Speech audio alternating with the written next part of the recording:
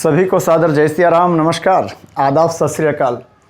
मेरे सुधी छात्रों और छात्राओं, सीखने सिखाने, अध्ययन अध्यापन और पढ़ने पढ़ाने की श्रृंखला में मैं के.डी. शर्मा हिंदी का अध्येता पुनः आप सबका स्वागत करता हूं। आज हम समास के दूसरे भेद तत्पुरुष समास के बारे में बात करेंगे। इसके पहले वाले व्याख्यान के अंतर्गत मैंने आपको समास की परिभाषा, समास क्या होता है, समास के अंतर्गत किस प्रकार के प्रश्न पूछे जाते हैं, क्या दुविधाएं होती है समास में, ये सभी बातें मैंने आपको अच्छे से बताई थी। और अव्ययभाव समास को मैंने सविस्तार आपके समक्ष रखा था, जिसके अंतर्गत 3 प्रकार से मैंने आपको बताया था कि जिसका पहला पद उपसर्ग अव्यय हो या दूसरा पद उपसर्ग अव्यय हो, या जहाँ पर शब्द की पदावृत्ति हो रही हो, यानी कि पद की आवृत्ति हो रही हो। और मैंने लगभग 70-80 उदाहरण आपके सामने रखे थे और उम्मीद करता हूँ कि जो विद्यार्थी बहुत तल्लीन भाव से अपनी तैयारी कर रहे होंगे, उन्होंने उन सबको लिपिबद्ध कर लिया होगा, कॉपी पेन लेकर के उतार लिया होगा। आज मैं बात करूंगा तत्पुरुष समास पर, और तत्पुरुष समास को लेकर भी विद्यार्थी में बहुत सारी भ्रांतियां हैं, बहुत सारी जिज्ञासाएं विद्यार्थी में बनी रहती है, बहुत सारी दुविधाएं होती है। मैं कोशिश करूंगा कि आपकी सारी दुविधा को आज सुविधा में बदल दूं। तत्पुरुष समास के अंतर्गत कहाँ से लग जाता है, कहाँ के लिए आता है, कहाँ के द्वारा आता है, कहाँ को आता है, कहाँ में आता है, कहाँ पर आता है, ये सारी जो चीज़ें होती हैं, जो कारक चिन्हों की विभक्ति हैं, परसर्ग वगैरह है, उनको यूज लेकर के, उनके प्रयोग को लेकर के विद्यार्थी के को बहुत ज़्यादा प्रॉब्लम होती है। तो आज मेरी कोशिश रहेगी कि मैं आपको बिल्कुल सटीकता के साथ, प्रामाणिकता के साथ और बहुत ही सहज और सरल भाषा में आपके समक्ष रखूं। जिन विद्यार्थियों को वीडियोज़ नहीं मिल रहे, मेरे व्याख्यान नहीं मिल रहे, वो मुझसे मैं बार बार बोलता हूँ कि आप के.डी.'s लैंग्वेज, चैनल का नाम क्या है, के.डी.'s लैंग्वेज, इस चैनल पर आप जाइए और यहाँ पर आपको प्ले लिस्ट के अंतर्गत 52-53 करीब, आज के वीडियो से तो 53 हो जाएंगे, यानी कि 50+ वीडियोज़ पड़े हुए हैं, जिसमें लगभग सारी ग्रामर है। केवल कुछ एक टॉपिक छूटे हुए जिनको मैं अपलोड कर रहा हूँ। ठीक है, तो आप के.डी.'s लैंग्वेज इस चैनल पर जाइए और वहाँ जाकर के प्ले लिस्ट में आप उनको देख सकते हैं। ठीक है साहब, आज आपसे बात करूँगा मैं किस पर, तत्पुरुष समास पर। तो गत व्याख्यान में अव्ययभाव के संदर्भ में हमने देखा था कि पद की प्रधानता के आधार पर समास के 4 भेद होते हैं। जिसका पहला पद प्रधान होता है उसको बोलते हैं अव्ययभाव। पहले पद प्रधान होने का आशय कहता है कि जहां पर पहला पद प्रभावी हो। जिसका दूसरा पद प्रधान उसको बोलते हैं तत्पुरुष। लेकिन ये तो इसकी एक प्राथमिक परिभाषा है, लेकिन वस्तु तो इसके अंतर्गत होता क्या है। तो तत्पुरुष समास के अंतर्गत कारक चिन्ह या विभक्ति चिन्हों का लोप होता है। उनको हम बहुत ही व्यापक तरीके से, बहुत ही गहराई से, बहुत ही अच्छे से जानने की कोशिश करेंगे और मैं आपको सब बताऊंगा। और आज आप समझ जाओगे। आज के बाद तत्पुरुष समास को लेकर के आपकी कोई प्रॉब्लम नहीं रहेगी, बशर्ते आपने अनुसरण कर लिया, जो परामर्श दिया गया है उसका फॉलो कर लिया। तो कॉपी पेन लेकर तैयार हो जाइए। तो तत्पुरुष समास, और आपसे कहा था कि जिसका पहला पद प्रधान होता है उसको बोलते हैं अव्ययभाव। तो जिसका द्वितीय पद प्रधान होता है उसको कहा जाता है तत्पुरुष समास। तो तत्पुरुष समास की अगर हम परिभाषा के तौर पर बात करें तो पहली बात तो क्या कर सकते हैं, जिसका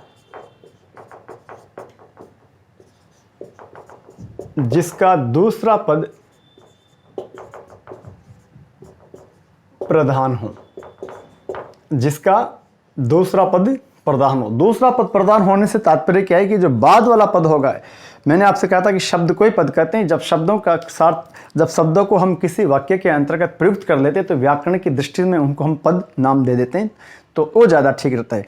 ठीक है, तो एक चूँकि मैं भाषा का अध्यापन आपको कर रहा हूँ तो पद बोलना ज़्यादा ठीक है। तो जिसका दूसरा पद प्रधान हो। प्रधान का मतलब होता है हावी होना, यानी कि उस पर प्रभावी होना, डोमिनेंट होना, उसके ऊपर उसका चलना, या वो मुख्य होना।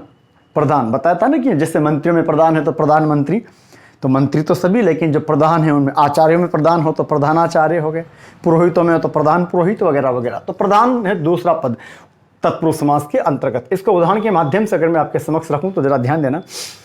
जब मैं आपसे कहूँगा, गौर कीजिएगा, दुग्ध धारा, जब मैं आपसे कहूँ जलधारा, और एक लिख दिया है मैंने आपसे राजकुमार, और एक राजकुमारी, 4 शब्द आप देखिए, दुग्धधारा, जलधारा, राजकुमार, राजकुमारी, एक और लिख लीजिएगा जल संयंत्र। देखो 4 शब्द मैंने आपके समक्ष श्वेत पट्ट पर लिख दिए हैं। पहला है दुग्ध धारा, दूसरा है जल धारा, तीसरा है राजकुमार, चौथा है राजकुमारी और पांचवा है जल संयंत्र। मैं सिद्ध क्या करना चाह रहा हूँ, मैं आपको बताना क्या चाह रहा हूँ, बताना मैं सिर्फ ये चाह रहा हूँ कि जिसका दूसरा पद प्रधान होता है और दूसरा पद प्रधान होने का तात्पर्य क्या है। तो देखो जरा, यहाँ 2 पद हैं। समास के लिए पहली आवश्यकता, मौलिक आवश्यकता, प्रधान आवश्यकता, मुख्य आवश्यकता क्या है कि 2 पद होंगे तभी समास होगा। एक पद में समास कदापि नहीं हो सकता, क्योंकि हमने समेटा किसको है। 2 पद होंगे तभी तो उनके बीच के कुछ प्रत्यय, उनके बीच के कारक चिन्ह या उसके आगे लगा हुआ कोई उपसर्ग या अव्यय वगैरह उनको हटा करके हमने उसको संक्षिप्त कर दिया है या उसमें लगा करके संक्षिप्त कर दिया है। तो कहने का मेरा तात्पर्य क्या है, 2 पद होंगे, 2 पद का तात्पर्य 2 शब्द उसके अंतर्गत होंगे। यहाँ देखेंगे आप, एक तो दुग्ध है और एक धारा है, ठीक है। अब देखो धारा तो क्या है, स्त्रीलिंग, और दुग्ध को क्या मानते हैं हम, पुल्लिंग। अब अगर मैं आपसे कहूँ दुग्ध धारा बह रही है, क्या बोला मैंने, दुग्ध धारा बह रही है। अब आप तो ये बताइए दुग्ध धारा बह रही है होता है या दुग्ध धारा बह रहा है। तो थोड़ा अक्ल का इस्तेमाल करना। अगर दूध के अनुसार क्रिया लगती तो दूध बह रहा है, अगर धारा को हटा दें तो फिर ये हमें क्या करना पड़ेगा, दूध बह रहा है। लेकिन दूध के साथ क्या लगा दी, धारा, तो फिर हमें कहना पड़ रहा है दुग्ध धारा बह रही है। इसी प्रकार जल धारा, जल धारा को भी क्या बोलते, बह रहा है या बह रही है, देखो आप जरा। इसी प्रकार राजकुमार आ रहा है और यहाँ पर आ रही है, जरा समझने की चेष्टा करना।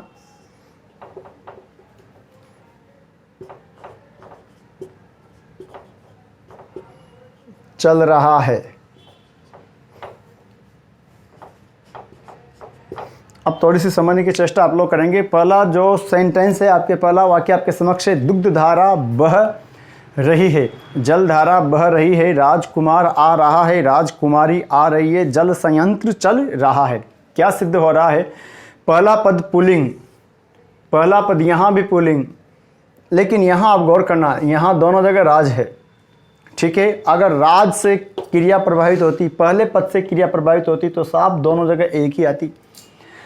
राजकुमार, इसमें भी राज आ रहा है, राजकुमारी, इसमें भी राज आ रहा है। अगर राज के अनुसार क्रिया प्रयुक्त की जाती, अगर राज इसमें प्रधान पद होता, राज की इसमें तूती बोलती, राज ही इसमें मुख्य होता, तो फिर राज के अनुसार क्रिया आती तो फिर दोनों में क्रिया एक ही होती। लेकिन यहाँ तो क्या लिखा आपने, आ रहा है और यहाँ पर आ रही है।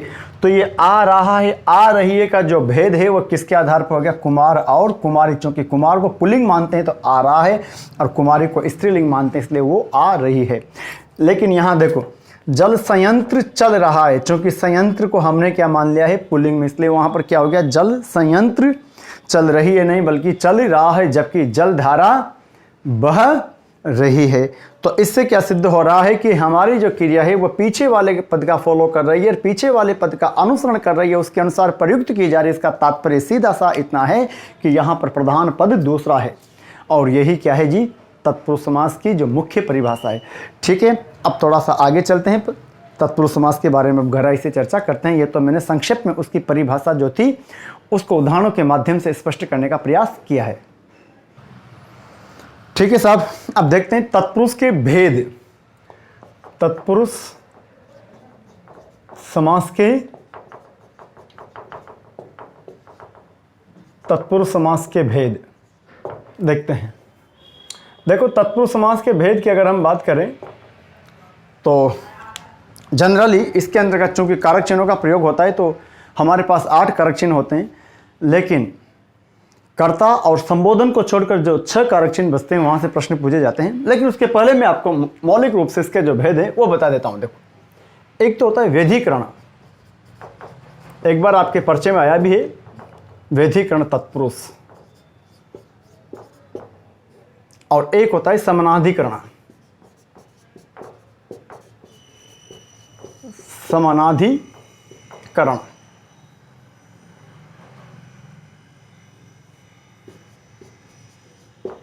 समानाधिकरण तत्पुरुष, तो 2 प्रकार से हमने इसको बांट लिया। एक तो वेधीकरण तत्पुरुष, वेधीकरण तत्पुरुष, और एक समानाधिकरण तत्पुरुष। वस्तु तो होता क्या है, आपके परिचय में एक बार पूछ लिया गया है कि तत्पुरुष समास के व्यधिकरण तत्पुरुष समास के कितने भाग होते हैं, इसके भी आगे कितने भाग होंगे अभी देखेंगे हम। और एक होता है समानाधिकरण तत्पुरुष। तो सबसे पहले तो इन दोनों में अंतर क्या होता है, व्यधिकरण और समानाधिकरण तत्पुरुष की बात करें तो यहाँ व्यधिकरण में क्या होता है कि जब इसका हम सामासिक समस्त पद का या सामासिक पद का विग्रह करते हैं तो उन पदों के बीच में जो विभक्तियाँ चिन्ह आती है वह विभक्तियाँ भिन्न भिन्न होती है। क्या बोला जी मैंने, समस्त पदों का विग्रह जब करते हैं तो दोनों पदों के मध्य भिन्न भिन्न विभक्तियों का प्रयोग होता है। तो मैं यहां लिख देता हूं, विग्रह करते समय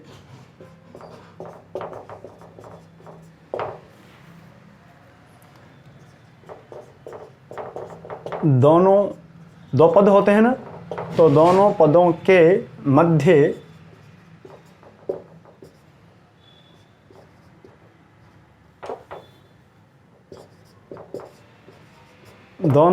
मध्य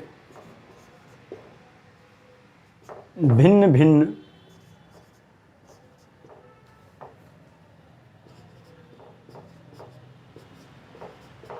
भिन्न विभक्तियां आती है।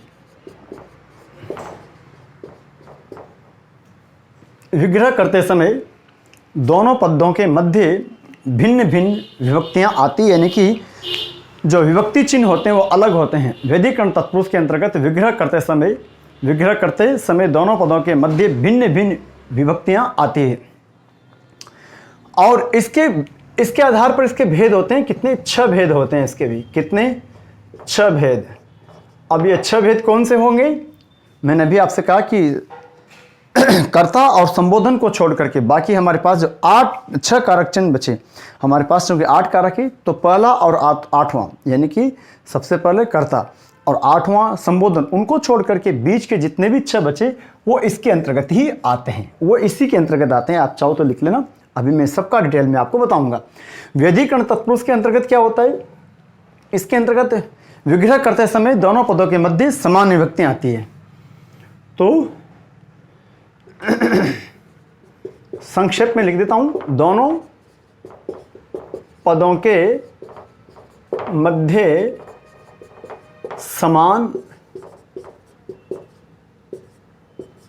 विभक्ति चिन्ह रहता है। ठीक है, दोनों पदों के मध्य समान विभक्ति चिन्ह रहता है। ठीक है, अगर मैं बहुवचन में बात करूंगा तो मुझे कहना पड़ेगा कि दोनों पदों के मध्य समान विभक्ति चिन्ह रहते हैं। चलो बहुवचन कर देते हैं।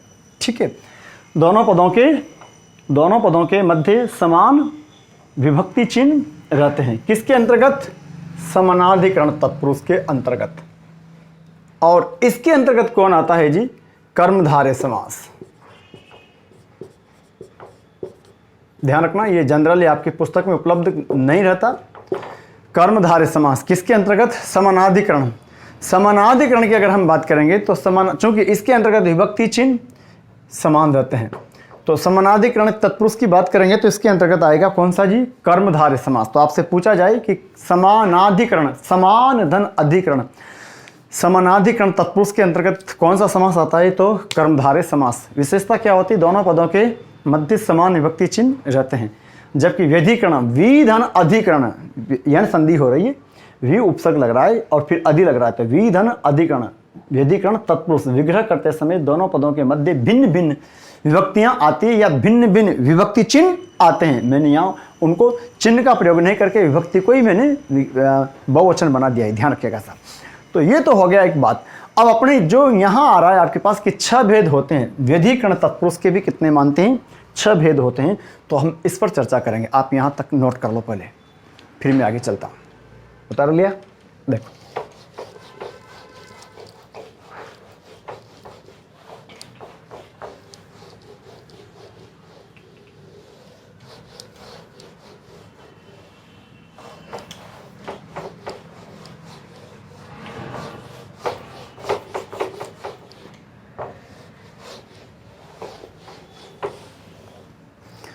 तो व्यधिकरण तत्पुरुष के 6 भेद होते हैं।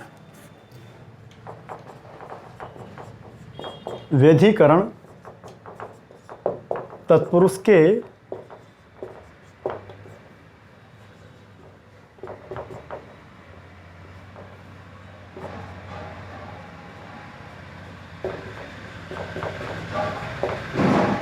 छह भेद होते हैं। व्यधिकरण तत्पुरुष के छह भेद होते हैं। क्या लिखा है जी? व्यधिकरण तत्पुरुष के छह भेद होते हैं। याद रखना, 2-3 बार परिचय में आ चुका है। ये छह अशुद्ध है। शुद्ध शब्द कौन सा है जी? ह लगाएं, विसर्ग का प्रयोग ना करें। छह भेद होते हैं। अब वो छह भेद कौन से हैं मैंने आपको बता दिया। हमने कारक चिन्ह पढ़े हैं। जिन विद्यार्थियों ने कारक चिन्ह नहीं पढ़ा, मैंने बहुत अच्छे से आपको कारक चिन्ह बता रखे हैं। 2 घंटे करीब का वीडियो उसके अंतर्गत है। प्ले लिस्ट में आपको मिल जाएगा, उसमें जाकर आप देख लीजिएगा। वहाँ पर मैंने बहुत अच्छे से आपको कारक चिन्ह बताया। तो वहाँ आपने देखा था कि हिंदी में 8 कारक होते हैं और 8 कारकों में से यहाँ जो बात करेंगे 6 भेद, वो कौन से होंगे जी? यहाँ जो होंगे वो कर्ता और संबोधन, यानी कि पहले और आखिरी को छोड़कर बीच में जो आएंगे, दूसरा, तीसरा, चौथा, पाँचवां, छठा, दूसरा, तीसरा, चौथा, पाँचवां, छठा और सातवां, ये जो 6 होंगे इनके अंतर्गत ही हम चर्चा करेंगे। पहले और 8वें को छोड़कर, माने कि कर्ता और संबोधन को छोड़ करके। तो करते हैं शुरू। सबसे पहले अब कौन सा? कर्ता के तो बात करेंगे नहीं, तो कहां से शुरू करेंगे हम? कर्म से।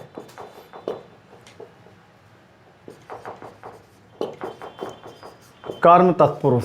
अब चूंकि वो बहुत गहराई वाली बात है कि व्यधिकरण तत्पुरुष, वहां तक तो बात ही नहीं करते, बहुत कम प्रश्न पूछा जाता है, तो मैं डायरेक्ट यहां से बात करता हूं आपसे। कर्म तत्पुरुष, बात समझ में आ रही है? यानी व्यधिकरण का पहला भेद कर्म तत्पुरुष। अच्छा, याद रखना, इनको हम लुप्त कारक चिन्ह भी बोल देते हैं। इनको, ये जो हम 6 भेद पढ़ेंगे ना, इनको और क्या बोल देते हैं जी? लुप्त कारक चिन्ह। लुप्त कारक चिन्ह तत्पुरुष। देखो, कर्म तत्पुरुष। अब कर्म तत्पुरुष के अंतर्गत किसका प्रयोग होता है जी? कर्ता ने कर्म को, इस को विभक्ति चिन्ह का प्रयोग होगा। किसका? को विभक्ति चिन्ह का प्रयोग होगा। अब समस्या ये आती है, संकट ये आता है, प्रॉब्लम ये आती है, दुविधा ये रहती है, जटिलता हमारे पास ये रहती है, परेशानी ये होती है कि आखिर कहाँ को लगाएं। कहीं के लिए लग जाता है, कहीं से लग जाता है, कहीं को लग जाता है। तो ये तय कैसे किया जाए? ठीक से वीडियो को देखना, 99% आपका समस्या का समाधान हो जाएगा। ध्यान दीजिएगा, मैंने अब तक जितने इधर जो शब्द लिखे तब तक नहीं छेड़े थे, इनके बारे में कोई टिप्पणी भी नहीं की थी, और स्टार्टिंग में पहले से मैंने आपके लिए लिख दिए थे।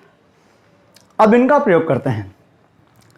यदि हमारे सामासिक पद में, ध्यान से सुनिएगा बात को, यदि हमारे सामासिक पद या समस्त पद, किसे कहते हैं सामासिक पद? समास बनाने से जो शब्द बनता है, जो पद बनता है, दोनों पदों को जोड़कर जो पद बनता है उसको बोलते हैं सामासिक पद। जैसे अभी मैंने कहा जल धारा, तो जल और धारा और हटा दिया और जल और धारा को जोड़ दिया। राजा का कुमार, का को हटा दिया और हमने बोल दिया राजकुमार। तो वो जो राजकुमार बना, वो जल धारा जो बनी, वो जल संयंत्र जो बना, वो कहलाता है सामासिक पद। यानी कि समास से जो शब्द बनता है और 2 शब्दों को नज़दीक लाते हैं, नया सार्थक शब्द बनता है, उनके बीच के कारक चिन्ह या विभक्ति चिन्हों का लोप हो जाता है, फिर जो शब्द बनता है उसको बोलते हैं समस्त पद या सामासिक पद में। इसके पहले वाले व्याख्यान में बहुत भली प्रकार से आपको बता चुका हूँ।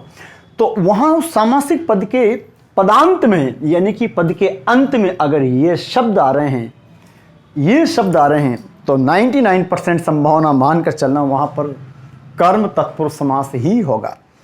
कर्म तत्पुरुष 99 क्यों, 100 क्यों नहीं बोल रहा? चूंकि कुछ जगह आपको कॉमन सेंस लगाना पड़ेगा। अगर कोई तीसरा अर्थ जा रहा है तो फिर वहाँ बहुब्रीहि भी हो जाएगा। याद रखिएगा, समास में यही दुविधा है। लेकिन जहाँ ये आएगा तो 99%, और 99% जहाँ पर हो उससे काम हो जाता है। तो उनमें से मैंने कुछ चुने हुए शब्द हैं ये, कि अगर हमारे सामासिक पद के अंत में, यानी उस पदांत में, सामासिक पदांत में, उसके पद के अंत में ये शब्द प्राप्त हो रहे हो, गत आ रहा हो, आगत आ रहा हो, देख लो समझ में नहीं आ रहा हो तो मैं बोल रहा हूँ, गत, आगत, गमन, प्राप्त, सुहाता, उन्मुख, आसन, आपन, आतुर, तोड़, धर, प्रद, जनक, अतीत, व्यापी और हर, ऐसे कुछ शब्द अगर पदांत में आ रहे हैं, सामासिक पदांत के अंतर्गत ये ऐसे कुछ शब्द आ रहे हैं, यानी कि इन शब्दों से अगर अंत हो रहा है तो अधिकतम संभावना वहां पर कर्म तत्पुरुष समास की रहेगा। कर्म तत्पुरुष समास रहेगा। ये तत्पुरुष का भेद है।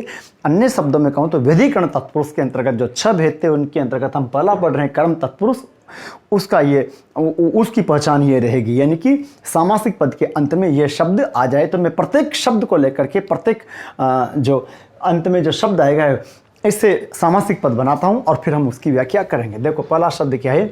गत। देखो स्वगत, ग्रामगत, जातिगत, स्वगत, ग्रामगत और जातिगत, हस्तगत, सारे शब्द कोशिश रहेगी मेरी कि इस पर जुड़े हुए लगभग सारे शब्द जो परीक्षोपयोगी है वो आपके समक्ष में रख दूं। व्यक्तिगत, व्यक्तिगत, विदेशगत,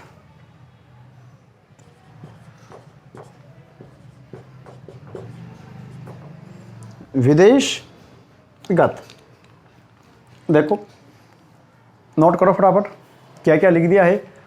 स्वागत नहीं है, स्वगत, ग्रामगत, स्वगत, ग्रामगत, जातिगत, हस्तगत, व्यक्तिगत, विदेशगत। अब इसका जब विग्रह करोगे आप तो ये विग्रह कैसे करोगे?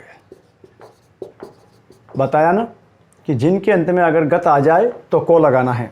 सो को गत यानी खुद को गया हुआ, ग्राम को गत,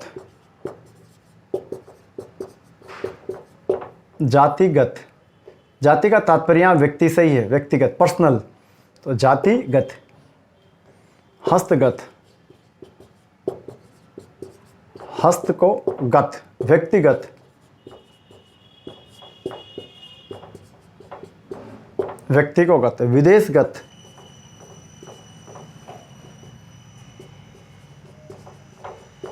विदेश को गत।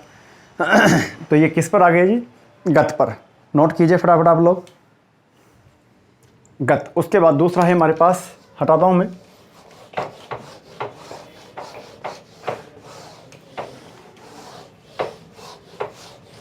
उसके बाद इसी के अंतर्गत देखो आगत। इसका सबसे महत्वपूर्ण उदाहरण है शरणागत, खूब परिचय में आता है। शरणागत बहुत ज़्यादा परिचय में पूछा जाता है। शरणागत, इसका विग्रह याद रखना, विशेष जोर देकर बोल रहा हूं, कई बार आया हुआ है। शरण को आगत, न कि शरण में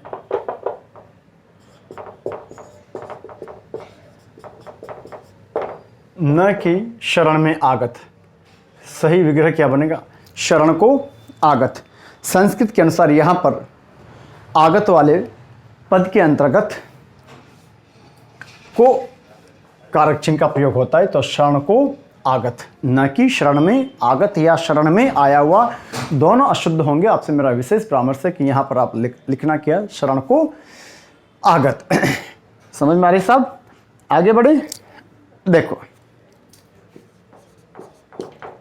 गमन, विदेश गमन, विदेश गमन, परलोक गमन, विदेश गमन, परलोक गमन, प्राप्त, यश प्राप्त, सुख प्राप्त, यश प्राप्त, सुख प्राप्त, वय प्राप्त, ख्याति प्राप्त,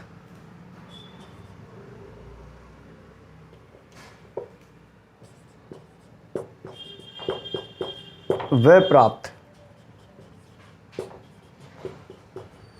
ख्याति प्राप्त। ये प्राप्त वाले की हो गए। देखो शरणागत, शरण को आगत, न कि शरण में आगत। विदेश गमन, मैं आपको बोल रहा हूं पूरा वीडियो ठीक से देखना, बहुत अच्छे से देखना, कॉपी पेन लेकर समझना, सारी दुविधाएं दूर हो जाएगी आपकी। विदेश गमन,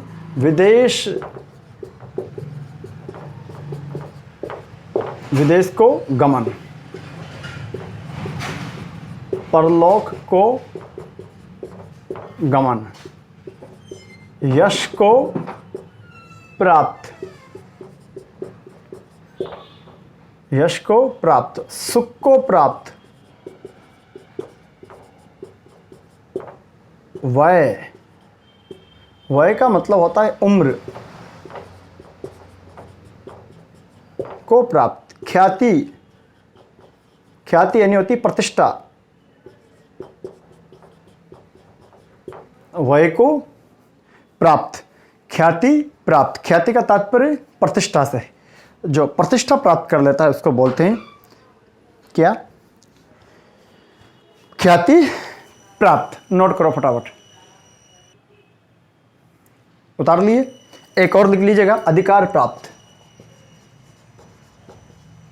जिसको राइट्स मिल गए हों।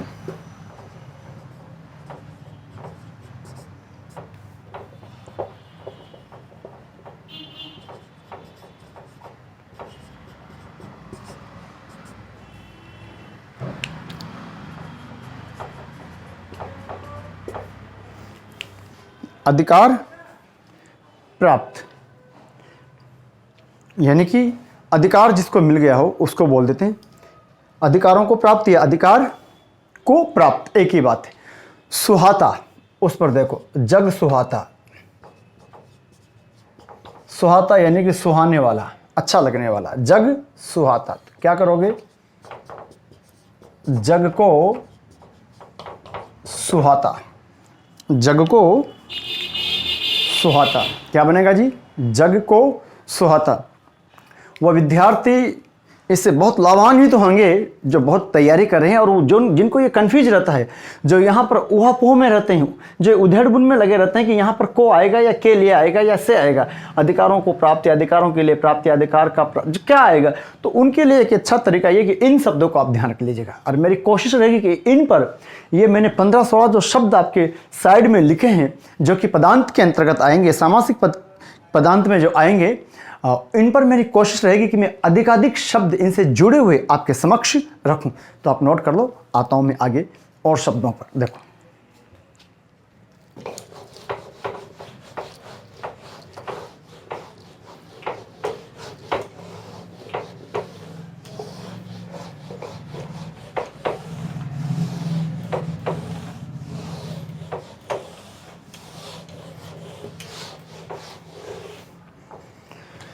उसके बाद है उन्मुख। बहुत अहम शब्द है, खूब प्रश्न आते हैं यहां से। रोजगार, गुण संधि बना दूं, ये लो, रोजगारोन्मुख।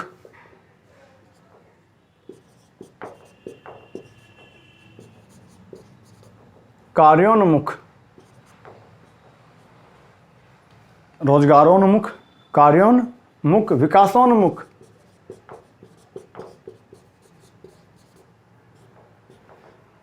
विकासोन्मुख, आदर्शोन्मुख,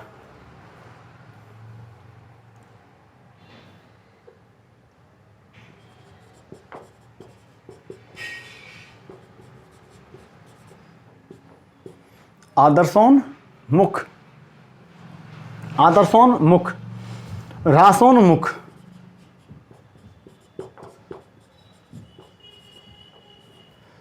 देखो, रोजगारोन्मुख, कार्योन्मुख, विकासोन्मुख, आदर्शोन्मुख, ह्रासोन्मुख।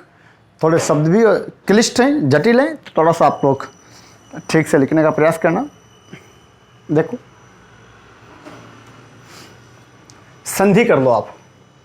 अब संधि करोगे तो क्या हो जाएगा? रोजगार,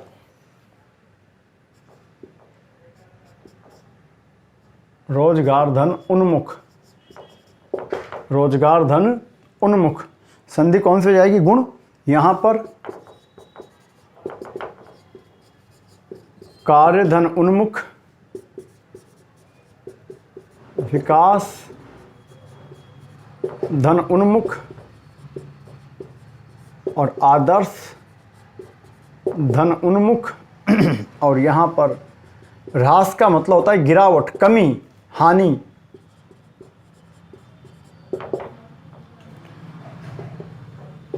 रोजगार धन उन्मुख, रोजगार धन उन्मुख, कार्य धन उन्मुख, विकास धन उन्मुख, आदर्श धन उन्मुख, ह्रास धन उन्मुख। तो ये हो गया सब में गुण संधि, चूंकि पीछे सबके अंतर्गत वो आ रहा है और धन के ठीक पहले सभी का समापन अ से हो रहा है। तो रोजगार धन उन्मुख, रोजगारोन्मुख और यहाँ कार्योन्मुख। अब हमारी बात करते हैं, जो हमारा प्रकरण चल रहा है समास, तो हम आखिर इनको तोड़ेंगे कैसे? तो कैसे तोड़ोगे आप लोग? देखो, सबके बीच में किसका चिन्ह लगाना है जी? को का। तो रोजगार को उन्मुख, रोजगार को उन्मुख, कार्योन्मुख, कार्योन्मुख। उन्मुख का मतलब होता है की और मुख किए हुए, उधर ही। तो विकास, रोजगार की ओर जिसका मुख हो, कार्य की ओर मुख हो तो कार्योन्मुख। विकासोन्मुख, विकास को उन्मुख, जिसका मुंह विकास की ओर। आदर्शोन्मुख, तो आदर्श को उन्मुख। उन्मुख का मतलब हो गया जिसका उधर मुंह हो, उसकी तरफ। विकास की ओर मुख है, आदर्श की ओर मुख है, कार्य को उन्मुख है। ह्रासोन्मुख, गिरावट यानी कमी आ रही है।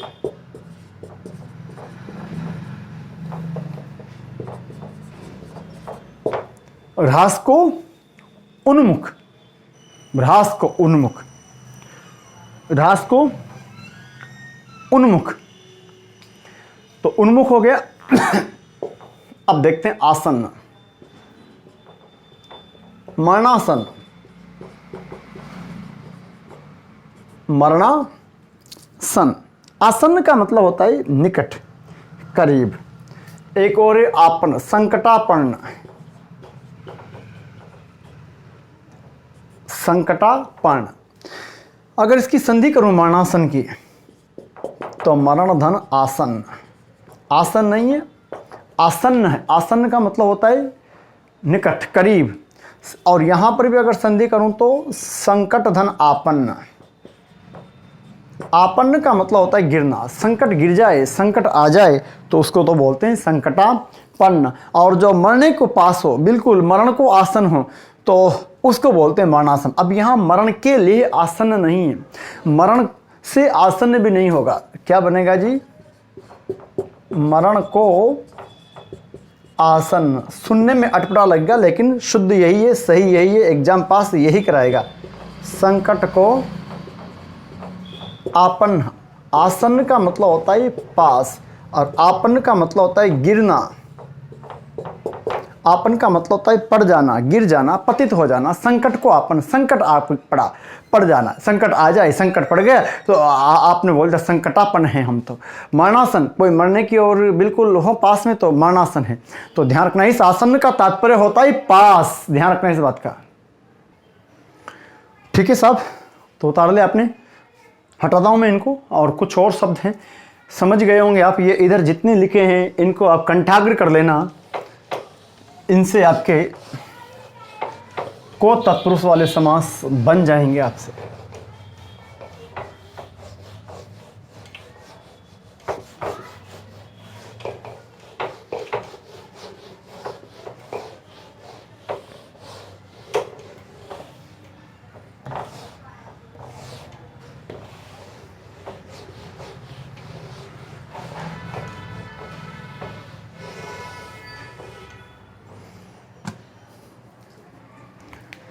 तो चलें आगे। कौन सा है आपन ने देख लिया हमने। आतुर, शोकातुर, रोगातुर। उसके बाद देखें तोड़, कमर तोड़। उसके बाद धर, विद्याधर, विद्याधर। प्रद, सुखप्रद, संतोषप्रद।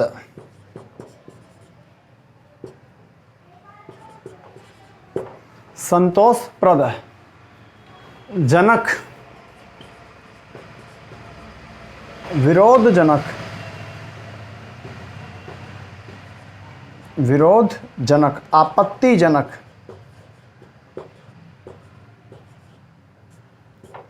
आपत्तिजनक।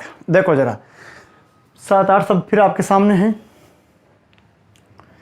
शोकातुर, रोगातुर, कमरतोड़, विद्याधर, सुखप्रद, संतोषप्रद, विरोधजनक और आपत्तिजनक।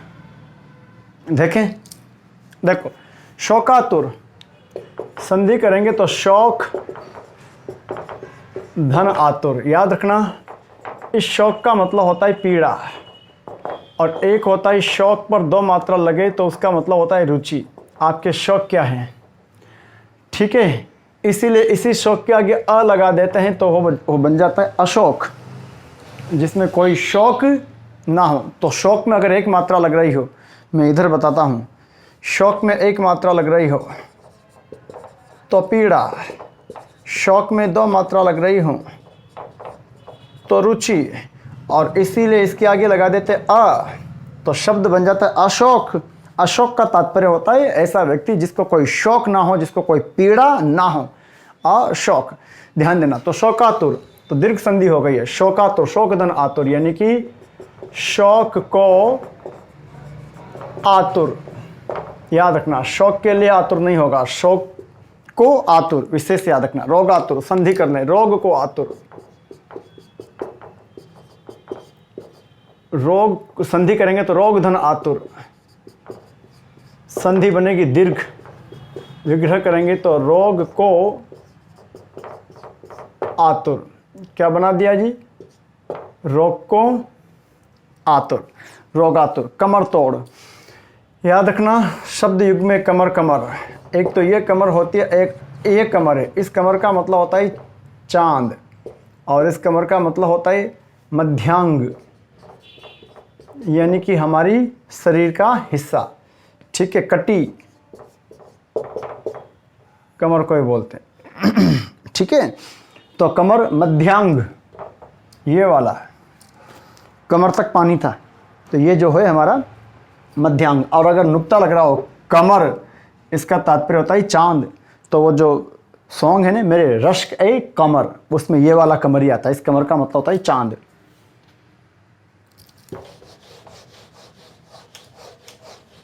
देखो, तो रोग को आतुर, कमर तोड़, कमर को, यहां संधि नहीं है, संयोग है। कमर और तोड़ जैसे के वैसे मिले हुए हैं, तो कमर को तोड़ने वाला, कमर को तोड़ने वाला। विद्याधर, विद्या को धरने वाला। लेकिन ध्यान दें, ध्यान दें, ये फटाफट नोट कर लिया करो आप, में जो आजू बाजू में लिखा हूं। लेकिन ध्यान दें, क्या ध्यान दें आप, इस धर में बहुब्रीहि समास भी हो जाता है। जब मैं आपसे बोलूँगा चंद्रधर, जब मैं आपसे बोलूँगा हलधर, जब मैं आपसे बोलूँ गंगाधर, जब मैं आपसे बोल दूँ शशिधर, जब मैं आपसे बोल दूँ शशधर, ज़रा ध्यान दीजिएगा, ध्यान दो यहाँ पर। इसके अंतर्गत बहुब्रीहि भी हो रहा है। किसमें? इसके अंतर्गत बहुब्रीहि क्यों हो रहा है? फटाफट सोच कर बताइए, अपने आप से को पूछो और अपने आप को बताओ क्या क्यों हो रहा है।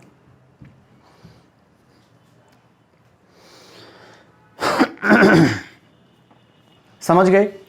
चूंकि यहां पर गंगा और धर किसी तीसरे अर्थ की ओर संकेत कर रहा है। भगवान शिव को बोलते गंगा को धारण करने वाला, चंद्रधर तो चंद्रमा को धारण करने वाले, ये भी शिव।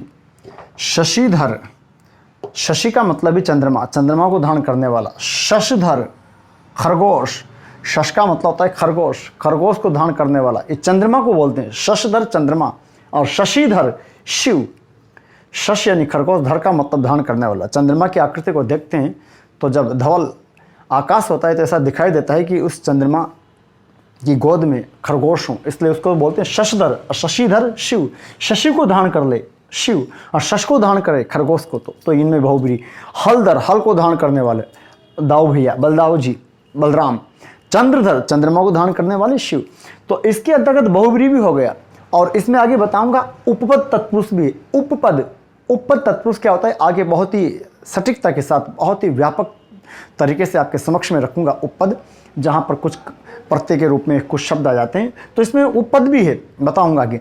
और बहुब्रीहि भी है, ठीक है। लेकिन इसके अंतर्गत तत्पुरुष मत मानना, इसके अंतर्गत उपपद भी है और बहुब्रीहि भी, पर तत्पुरुष नहीं है। जबकि मैंने यहाँ धर में लिखाया है आपको, तो यहाँ सावधानी बरतना कि विद्याधर में तो हो जाएगा, और भी कहीं भी लग रहा है आपको।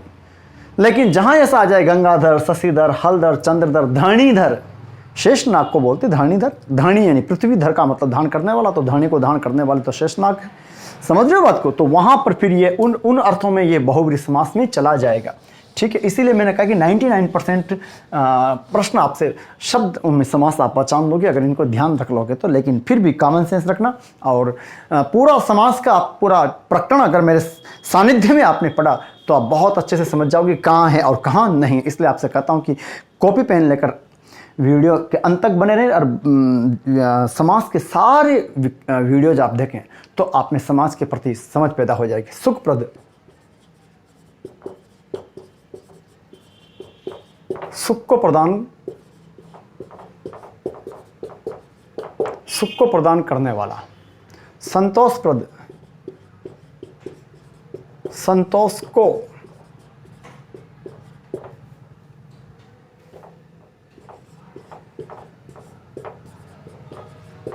अब हम बोलचाल में सामान्य बोलते हैं संतोष प्रदान करने वाला कार्य कर रहा हूं मैं, लेकिन वास्तविकता में क्या है? संतोष को प्रदान करने वाला।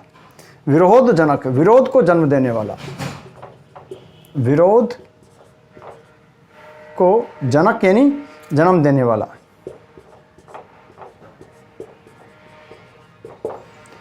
विरोधजनक बात बोल दी उन्होंने, यानी कि विरोध को जन्म देने वाला या विरोध वाली।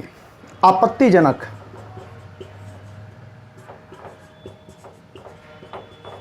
आपत्ति को जन्म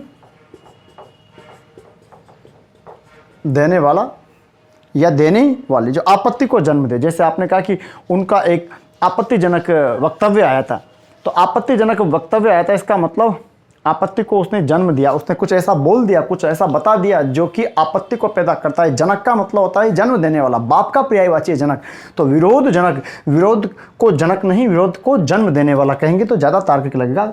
आपत्तिजनक, आपत्ति को जन्म देने वाला, विरोध को जन्म देने वाला, आपत्ति को जन्म देने वाला। ठीक है, अब आते हैं हम अतीत को लेकर के। हटाता हूं मैं इसको।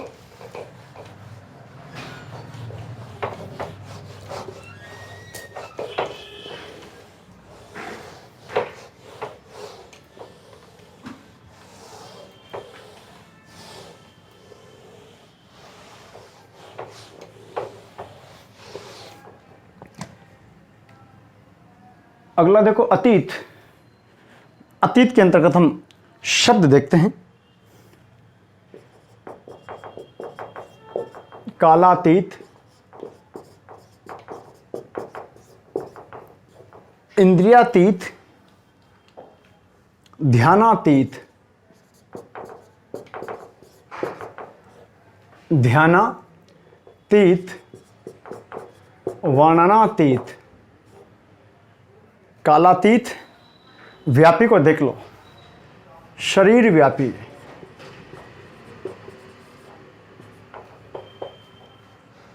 देह व्यापी,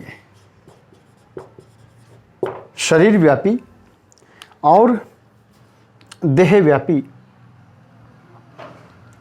और कौन सा बच रहा है? हर, मनोहर, मनोहर। अब सबसे पहली बात समझने वाली, थोड़ा ध्यान देना, पहले आप नोट करो, यहां बहुत महत्वपूर्ण टिप्पणी आपके समक्ष में करने जा रहा हूं। देखिए, अगर ये कुछ इन 4 शब्दों के अंतर्गत कुछ खास टिप्पणी करूंगा और आपका ध्यान चाहूंगा, उस पर विशेष ध्यान रखिएगा आप लोग, उसको आपको जानना जरूरी है। यहाँ कुछ कन्फ्यूजन है। पहले तो संधि करता हूं मैं, कालाधन अतीत नहीं होकर के कालधन अतीत, समय को अतीत। यहां पर इंद्रियातीत, इंद्रिय, इंद्रिय धन अतीत। यहां पर ध्यान धन अतीत, अतीत में बड़ी की मात्रा ध्यान रखना। यहां पर वर्णन धन अतीत। यहां पर विद्यार्थी 2 कन्फ्यूजन है।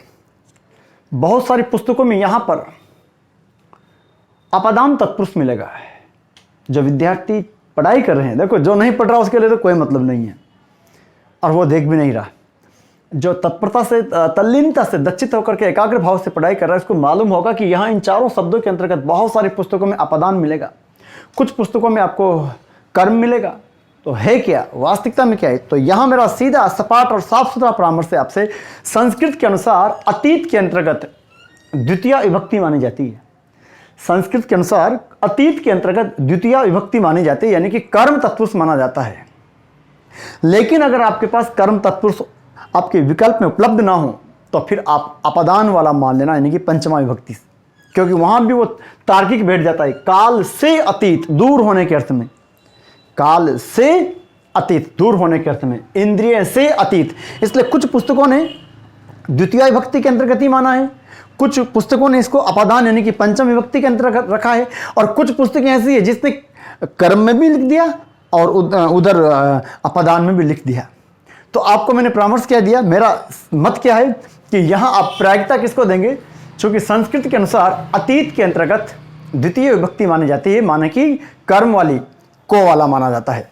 ठीक है, अगर वो आपके ऑप्शन में उपलब्ध ना हो तो फिर आप अपदान का चयन कर सकते हैं, यानी कि जो अलग होने के अर्थ में से आता है उसका चयन कर सकते हैं, जबकि आपके पास कर्म उपलब्ध ना हो तो। लेकिन इन प्रश्नों के अंतर्गत ये एग्जामिनर भी जानता है, इसलिए वो या तो कर्म तत्पुरुष ही डालता है ऑप्शन में, या फिर अपदान ही डालता है, अलग होने वाला। समझ रहे हो, दोनों को एक साथ नहीं देता। ठीक है, और उसको देना भी नहीं चाहिए, क्योंकि दोनों संभावनाएं बराबर हो रही है। दूर होने के अर्थ में हम, चूंकि दूर होने के भाव में, पार्थक्य के भाव में, अलगाव के भाव में, विलक्षणता के भाव में हम अपादान मानते हैं, तो उसकी तार्किकता भी यहां पर बैठ रही, तो उसको भी नकारा नहीं जा सकता। लेकिन अतीत के अर्थ के अंतर्गत हम मान लेते हैं द्वितीय विभक्ति। तो कालातीत, काल को अतीत करके, कालातीत जो काल को अतीत करके हुआ, यानी कि काल को जिसने परे चला गया, काल से भी जो परे चला गया, उसको बोल देंगे जी क्या, कालातीत। इंद्रियातीत, इंद्रिय को अतीत करके, इंद्रियों को अतीत, बल्कि मैं यहां और लिख दूं करके, यानी कि इंद्रियों को अतीत करके, इंद्रियों को पार करके, उस संदर्भ में ध्यान को अतीत, ध्यान को अतीत करके, ध्यान को पार करके। अतीत का मतलब होता है परे चला जाना। वर्णन को अतीत,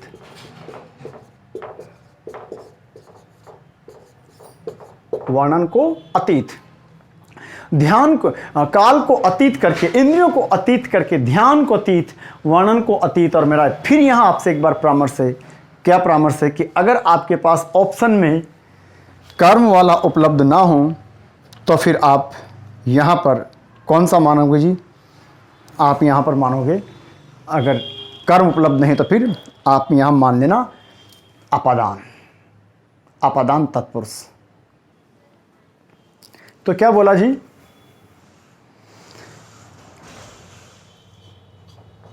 क्या बोला कि अगर ये उपलब्ध ना हो को वाला तो फिर आप से परे के भाव में मानना, शरीर व्यापी, यहां संधि नहीं हो रही संयोग, शरीर को व्यापी, यानी कि शरीर को व्यापी। इस व्यापी का तात्पर्य किससे, व्याप्त, जो शरीर को व्याप्त हो, देह व्यापी, देह व्यापी मतलब कि देह को व्याप्त।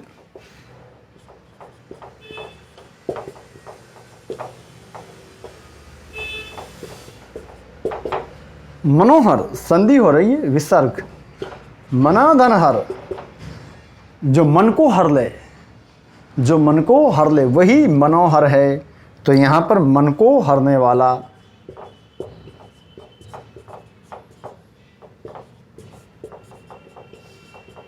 ऐसा कोई दृश्य, ऐसी कोई रचना, ऐसा कोई व्यक्ति, ऐसा कोई वक्तव्य, ऐसा कोई कथन जो मन को हर ले वही मनोहर है। लेकिन फिर सावधानी बरतना, जैसे जैसे जैसे जैसे मैंने आपको धर को लेकर के आपसे कहा था कि बहुब्रीहि समास बताए धर वालों में, तो यहाँ पर भी हर में भी हो सकता है, ध्यान देना। जैसे मैंने यहाँ पर बोल दिया मुरलीधर, मुरलीधर में तो चला गया, सॉरी, तो हर की बात है ना। तो यहाँ पर अगर मैं आपसे कहूँ हर में अब यहां पर मैंने एक शब्द बोल दिया आपको, कालहर। क्या बोल दिया जी? कालहर। अब काल को तो कोई नहीं हर सकता, काल को कोई हरा नहीं सकता, कोई मार नहीं सकता, कोई उसे पार नहीं जा सकता। तो कालहर किसको बोल देते हैं जी?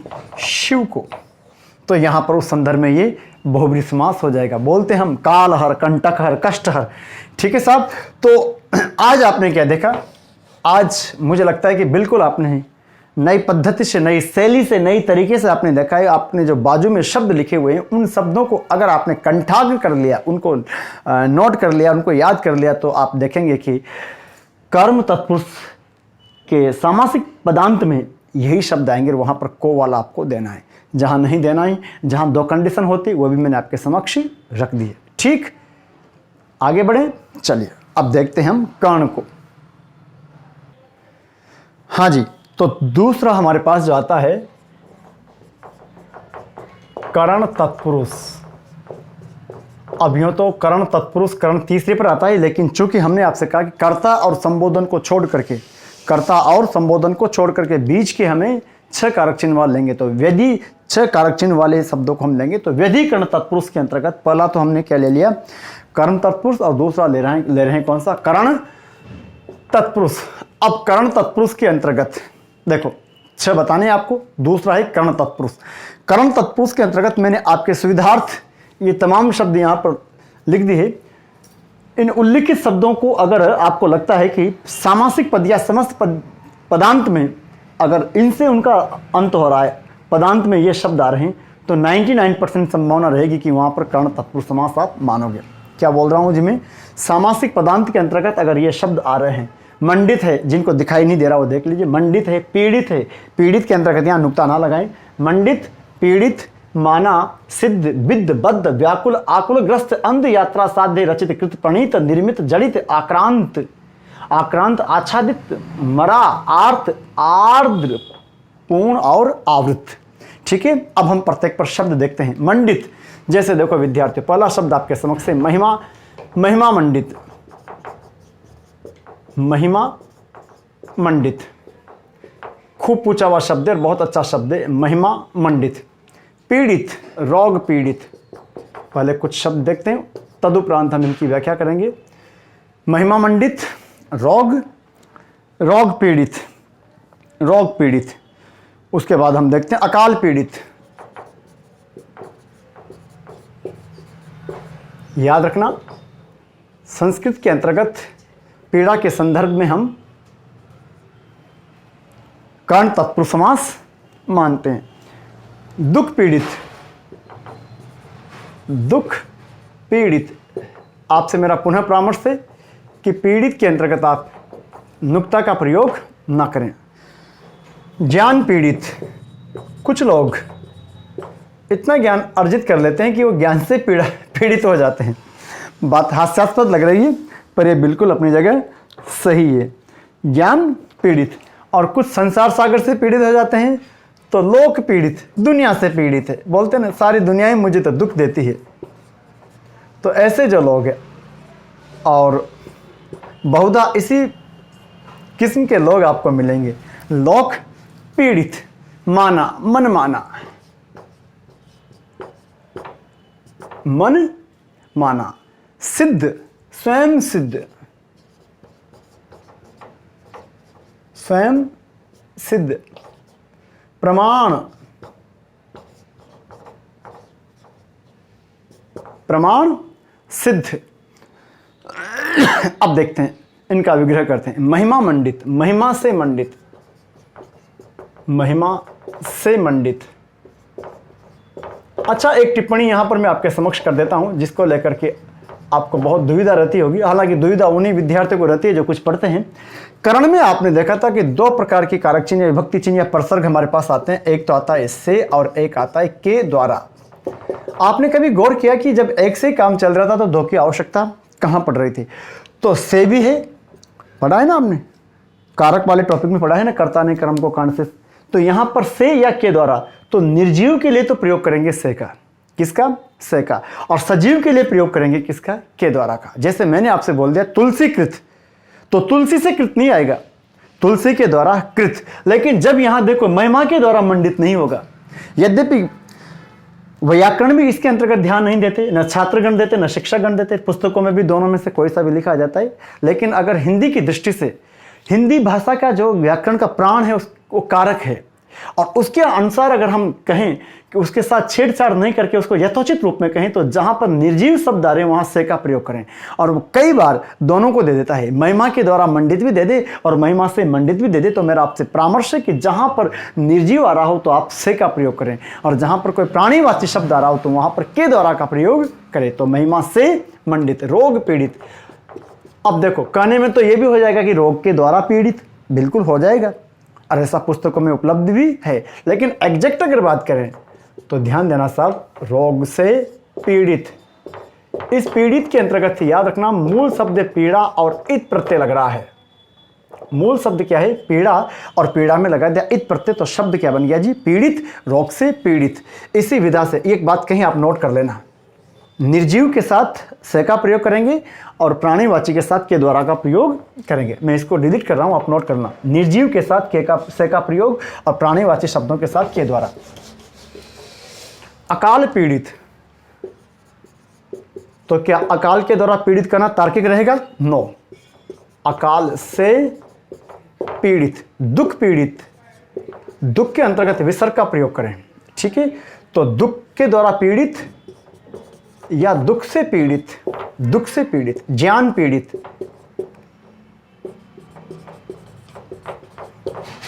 जो ज्ञान से ही पीड़ित हो, बोझ लग रहा हो। लोक पीड़ित,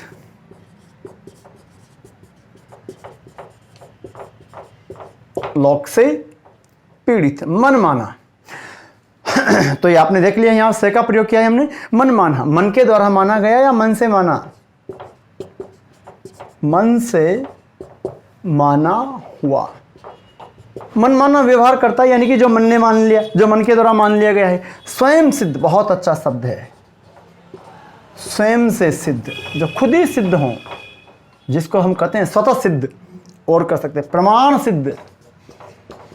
प्रणाम नहीं, दो शब्द होते हैं, एक होता है प्रणाम और एक होता है प्रमाण।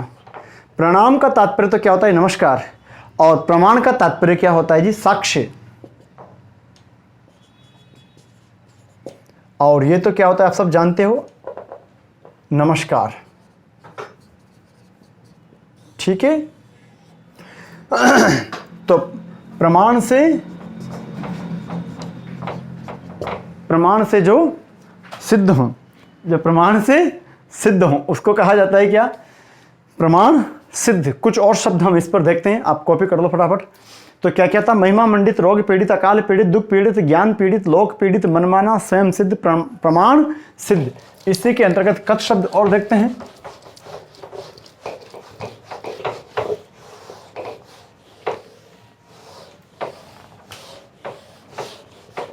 देखो, तर्क सिद्ध, क्या लिखा जी?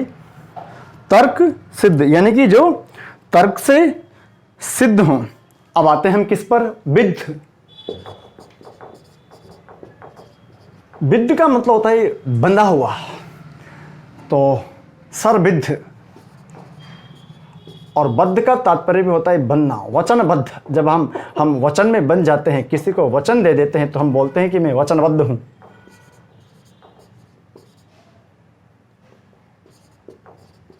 वचनबद्ध। और अगर नियम में बांधें तो नियमबद्ध। तर्कसिद्ध, सरविद्ध, वचनबद्ध, नियमबद्ध। और अगर कर को बांध दें तो करबद्ध। लेकिन वहां ध्यान रखना, वो कर से बंधा हुआ नहीं होगा, ध्यान दीजिएगा।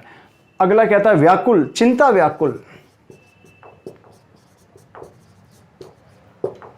फिर क्या है? आकुल, विरहाकुल। विरहाकुल, आकुल का मतलब ही दुखी। अच्छा, व्याकुल और आकुल में कोई खास अंतर नहीं है। देखो इधर, ये जो व्याकुल लिखा हुआ है, इसी के अंतर्गत वी उपसर्ग लग रहा है, यण संधि हो रही है, वी धन आकुल। ये लो, विशेष प्रकार से दुखी हूं। आकुल दुखी था ही सही, वी लगा दिया, व्याकुल हो गया, जो और ज्यादा दुखी हो विशेष प्रकार से। तो व्याकुल और आकुल एक दूसरे के समानार्थी हैं, पर्यायवाची हैं। तो चिंता आकुल और विरहा कुल, विरह से आकुल, न कि विरह में आकुल। शोकाकुल,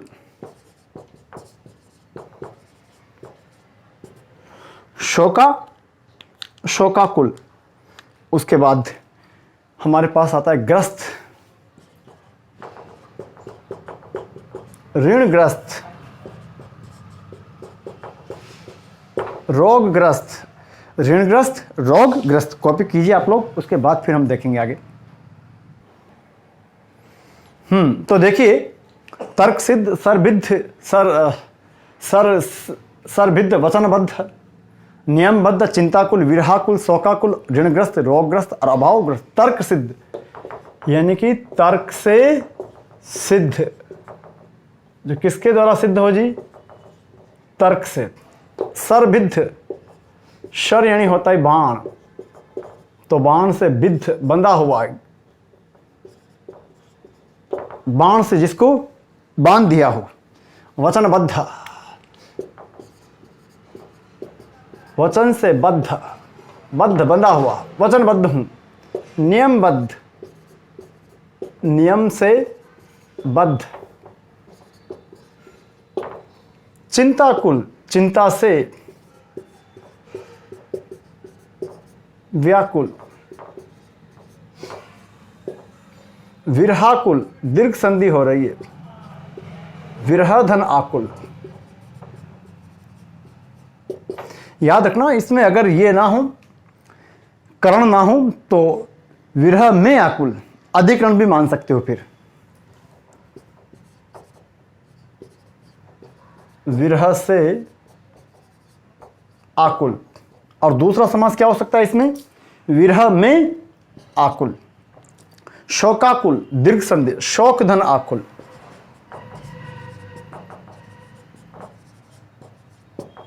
शोक धन आकुल। शोक का मतलब पीड़ा, तो शोक से आकुल। ऋणग्रस्त, ऋण से ग्रस्त। और सभी ध्यान देना, गलत बोलने की आदत और लिखने की आदत हमारे ऐसी पड़ गई, ग्रसित कोई शब्द नहीं होता। तो ऋण से ग्रस्त, रोगग्रस्त, रोग से ग्रस्त। ग्रसित कोई शब्द नहीं होता, ग्रस्त होता है केवल, चूंकि हमारी आदत ही ऐसी पड़ गई कि हमें गलत शब्द बहुत अच्छे नहीं बल्कि बहुत ही अच्छे प्रतीत होने लग गए। अभावग्रस्त, अभाव से ग्रस्त। अभाव का मतलब होती है कमी, अभाव से ग्रस्त। मैं चाहूंगा आप इन सबकी कॉपी कर लो, उसके बाद आगे बढ़ते हैं। चलिए आगे बढ़ते हैं, अंध पर आते हैं। बहुत अहम शब्द है, ध्यान दीजिएगा। ये अंध वाला, इसमें भी दो समास रहेंगे, एक शब्द में दुविधा रहेगी, वहां पर व्याख्या करूंगा। देखो, मोहांध, धर्मांध, धनांध, ज्ञानांध, लोभांध। लेकिन ध्यान दें, जन्मांध, जन्मांध भिन्न चला जाएगा, जन्मांध के अंतर्गत नहीं होगा। हाँ, एक और देखो, कुछ लोग अपनी वंश परंपरा पर इतना इतराते हैं, इतना अभिमान करते हैं कि वो अंधे हो जाते हैं, और उसको हम बोल देते हैं क्या? कुलांध। क्या बोल देते हैं जी? कुलांध। कुछ इसमें भी अंधे हो जाते हैं, जिसको हम बोल देते हैं क्या? प्रेमांध। प्रेम धन अंध। देखो, मोहांध, अब इसकी संधि करते हैं तो मोह धन अंध, अंध या अंधा, जो किसमें अंधा हो गया है? मोह में।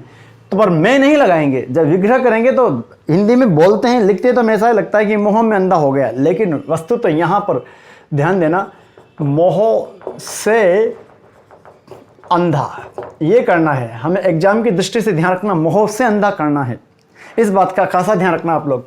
धर्मांध, धर्म धन अंध, ठीक है? तो धर्म से अंधा हो गया हो, धर्म से अंधा, धर्म के द्वारा नहीं, धर्म से अंधा। चूंकि आपको पता है कि निर्जीव के साथ हम से का प्रयोग करेंगे, जबकि सजीवों के साथ के द्वारा का प्रयोग करेंगे। अच्छा, याद रखना यहाँ पर पहली आपकी मनोवृत्ति, आपकी जो मन स्थिति हो रही है वो धर्म में अंधा करने की होगी।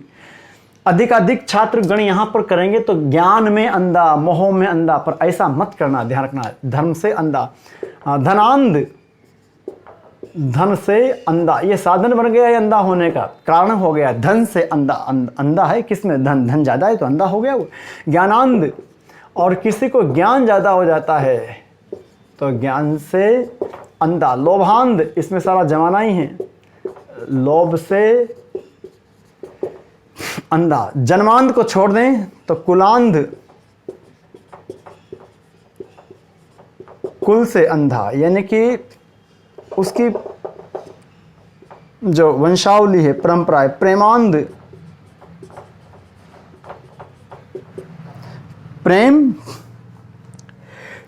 प्रेम से अंधा। ध्यान दीजिएगा साहब। अब देखो, मैंने यहां पर आपसे कहा जन्मांध, स्टार लगा लेना इस प्रकार था आपसे। जन्मांध के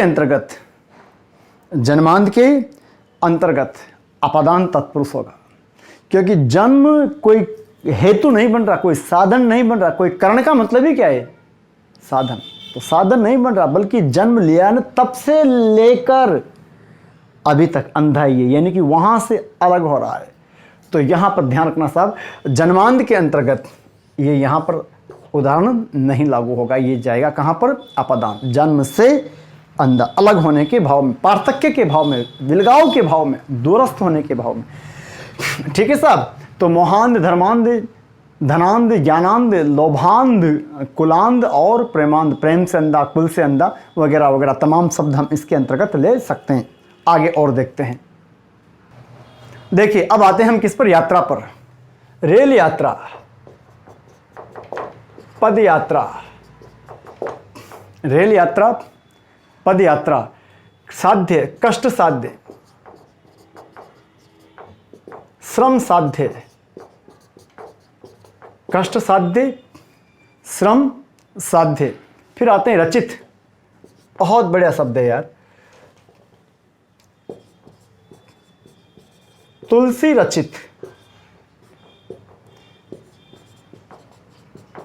बिहारी रचित, तुलसी रचित, बिहारी रचित, कृत, क्या बात है।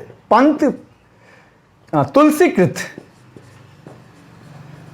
रामचरितमानस की पोथी पर लिखा होगा पहले पेज पर ही, तुलसी कृत रामचरितमानस, तुलसी कृत पंत प्रणीत, पंथ प्रणीत, निर्मित, बहुत प्यारा शब्द है। दुग्ध निर्मित, दुग्ध निर्मित, तो दुग्ध निर्मित। अब देखते हैं इन पर। रेल यात्रा, पद यात्रा, कष्ट साध्य, श्रम साध्य, तुलसी रचित, बिहारी रचित, तुलसी कृत, पंत प्रणीत और दुग्ध निर्मित।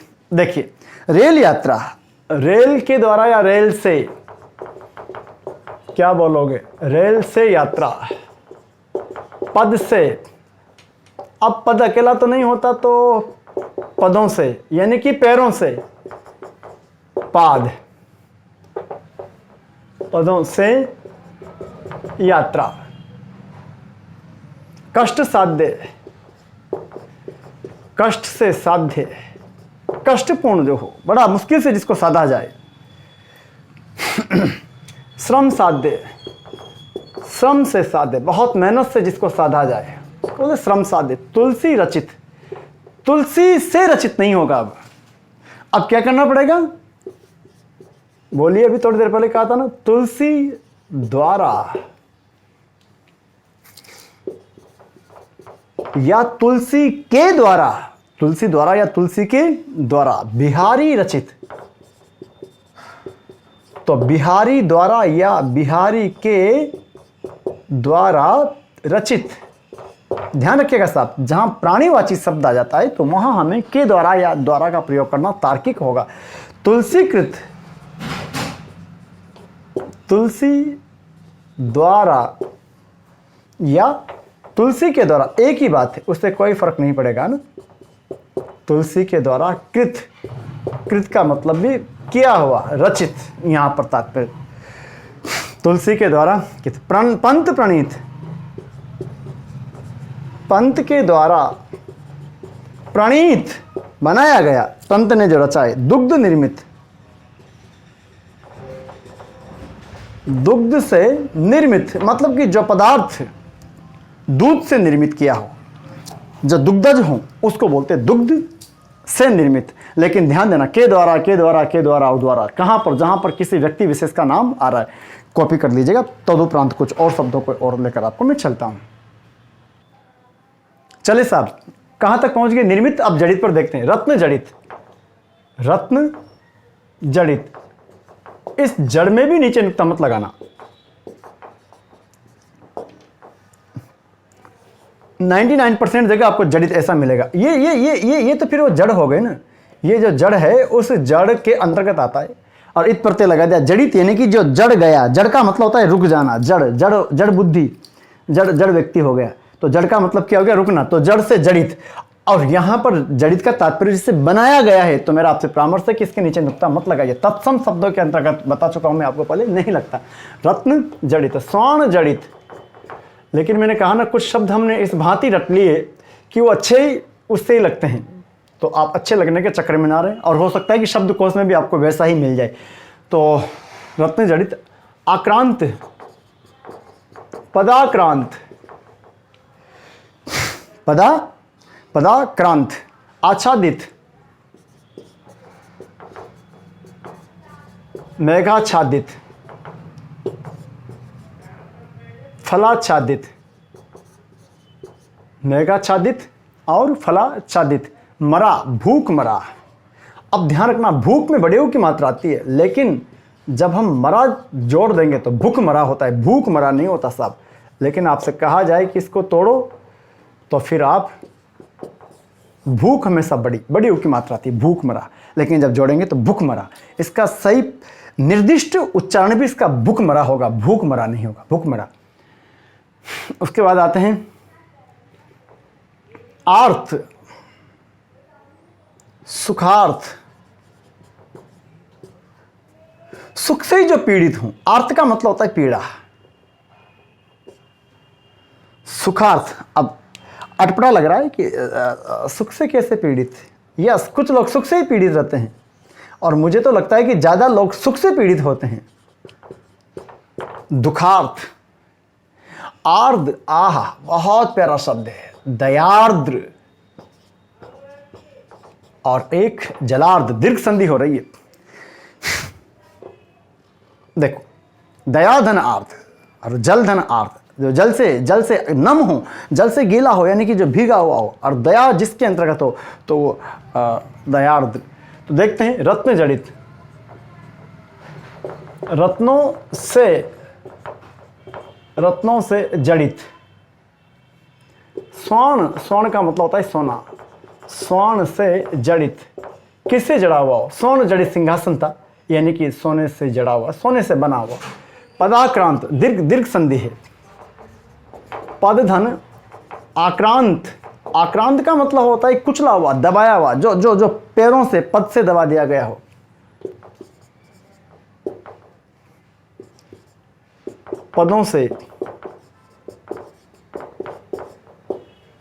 पदों से आक्रांत, जो आपने पैरों से दबाया हो, पदों से आक्रांत। मेघाच्छादित, पहले संधि कर लीजिएगा। तो संधि क्या बनेगी इसकी? मेघधन आच्छादित, मेघधन आच्छादित। तो क्या कहोगे? मेघों से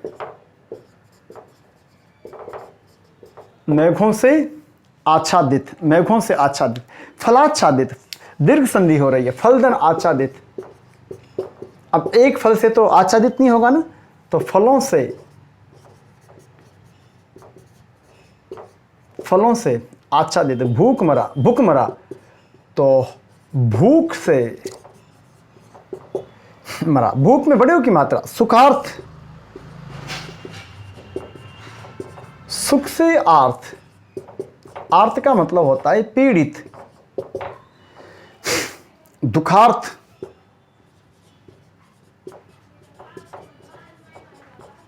दुख से आर्त, दयार्द्र,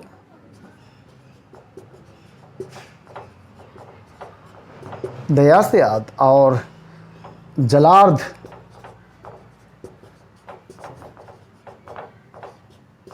जल से आर्द्र। जरा देखो आप लोग, जल से आर्द्र, दो एक शब्द और हैं, पूर्ण और आवृत। मैं इसको हटाता हूं ऊपर वालों को, आप नोट कर लीजिएगा, या फिर यहां लिख दे। देखो, अश्रुपूर्ण, अश्रुपूर्ण विदाई दी। अश्रु तत्सम शब्द है आंसू का। अश्रुपूर्ण, जलपूर्ण, जल से पूर्ण हूं। आवृत, जलावृत, जो जो जो जो जो जल से आवृत हो, जल से ढका हुआ हो, घिरा हुआ हो। अश्रु, अश्रु क्या बताया जी? आंसू का तत्सम है अश्रु।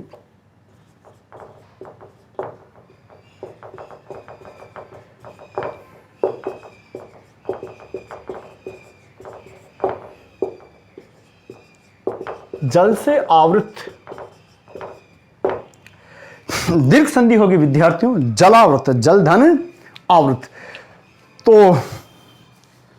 ये था आपके समक्ष कर्ण तत्पुरुष के उदाहरण।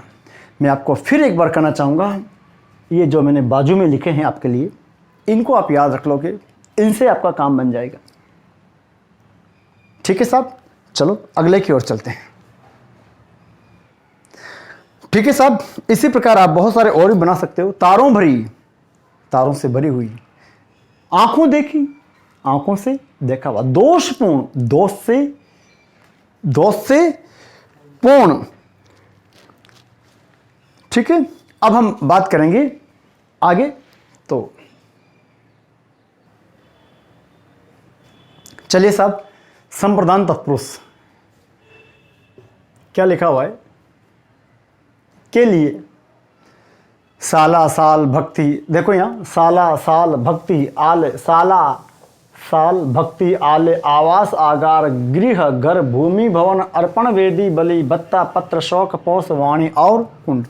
ये कुछ ऐसे शब्द सामासिक पदांत में आ जाए, यानी कि सामासिक पद के अंत में आ जाए, तो वहां अधिकाधिक संभावना रहेगी संप्रदान तत्पुरुष की। जैसे देखो, भोजशाला, स्टार्टिंग में देखें हम, भोजशाला, पाठशाला, यज्ञशाला, गुड़साल, गुड़साल, साल, साल का तात्पर्य भी इससे ही है। गुड़साला भी होती है और गुड़साल भी, साल का तात्पर्य भी स्थान से ही है। गुड़साल, यज्ञशाला। उसके बाद क्या है? भक्ति, राष्ट्र भक्ति, राष्ट्र भक्ति, राजभक्ति, राज भक्ति, देशभक्ति, देश भक्ति। भक्त नहीं, भक्त के अंतर्गत तो फिर अलग चल जाएगा। भक्त आते हैं तो फिर वहां पर संबंध हो जाएगा देश का भक्त। तो हमने भक्त नहीं लिखा, भक्ति लिखा है, ध्यान रखना साहब। तो साला साल और भक्ति। उसके बाद आलय,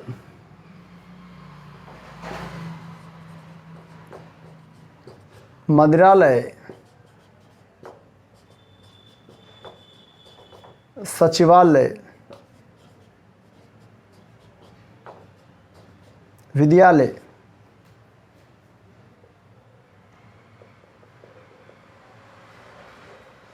विद्यालय। अब देखते हैं हम इनका थोड़ा सा विग्रह करके।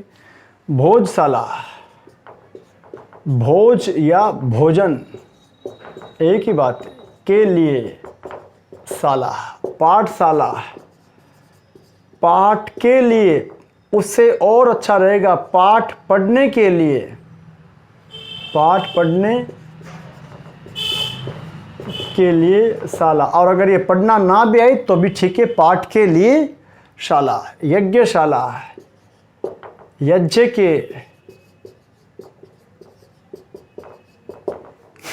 के लिए सारा, गुड़साल, घोड़ों की साल। राष्ट्र के लिए भक्ति, याद रखना, राष्ट्र की भक्ति नहीं, राष्ट्र के लिए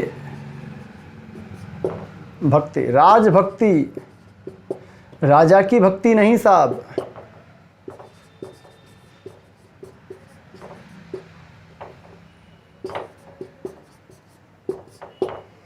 राजा के लिए भक्ति, न कि राजा की भक्ति, राजभक्ति, देशभक्ति,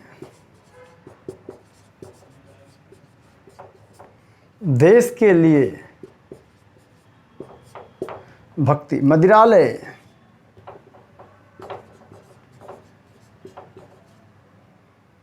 मदिरा के लिए आले।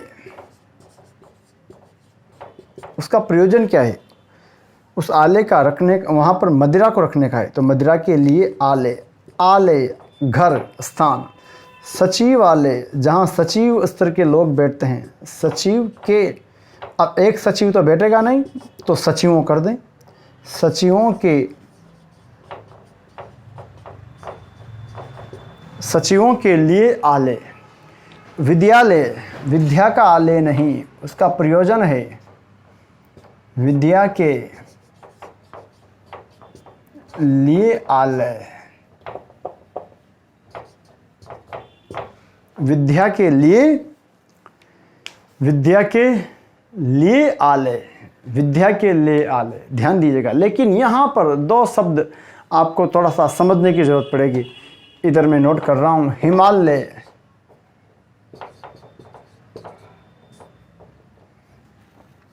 और एक देवालय।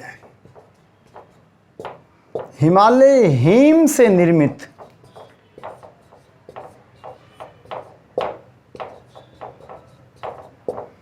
से, हिम से निर्मित, हिम से बना हुआ आलय, वो हिमालय, ठीक है। और चूंकि पर्वत विशेष का नाम है तो बहुब्री भी चला जाएगा। देवालय, यहाँ पर देव का आलय। देखो, देव के लिए आलय भी हो जाएगा, बहुत सारी पुस्तकों ने दे रखा है, वो गलत भी नहीं है, देव के लिए आलय भी हो जाएगा, लेकिन उसका जो भावार्थ है, देव के लिए आलय। देखो, विद्यालय में तो क्या है कि विद्या के लिए आलय, यानी कि उसका पर्पज है, उसका उद्देश्य, वहाँ हम विद्यार्थियों को बुला सकते हैं। लेकिन देवालय में देव के लिए नहीं, वो देव का ही है। और हम ये मानते हैं, हमारी संस्कृति के अंतर्गत, सनातनी परंपरा में मानते हैं कि जो कुछ भी होता है वो ईश्वर प्रदत्त है, ईश्वर का है, तो वो हमने उसके लिए नहीं बनाया, वो उसी का है।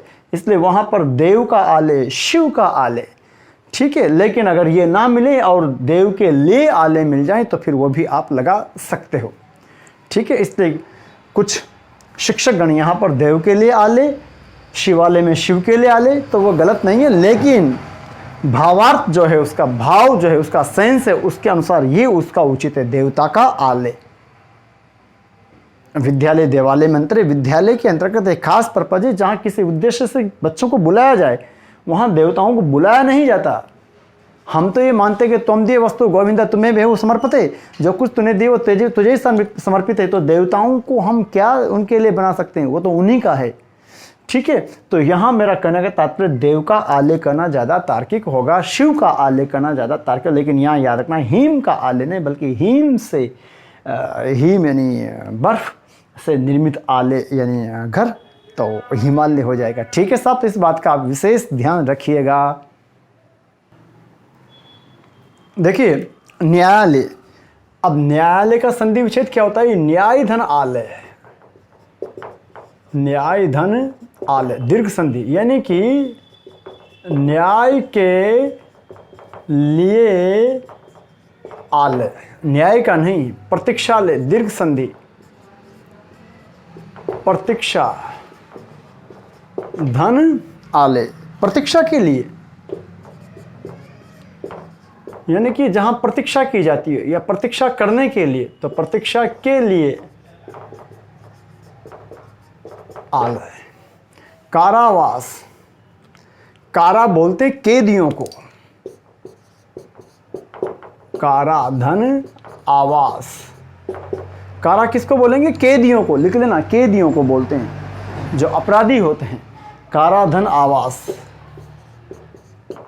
कारा के लिए आवास। शस्त्रागार, शस्त्र धन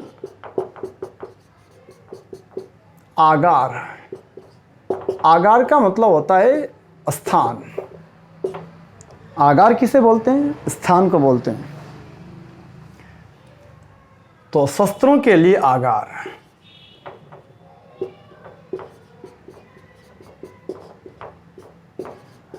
शस्त्रों के लिए आगार। कारावास, कारा के लिए आवास, और नीचे कारागार, कारा कैदियों को, तो कारा के लिए आगार।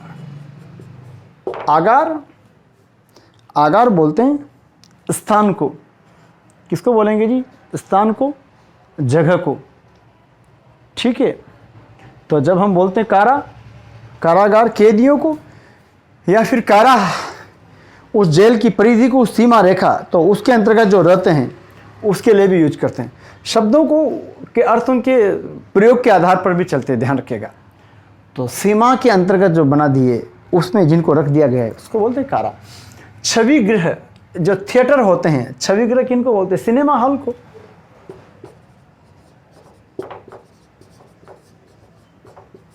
छवि के लिए गृह।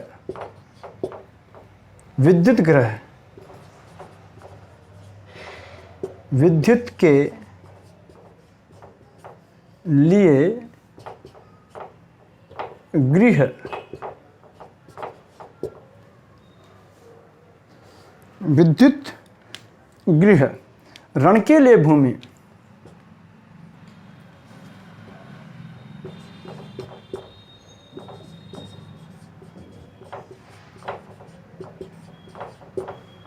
और यज्ञ भूमि,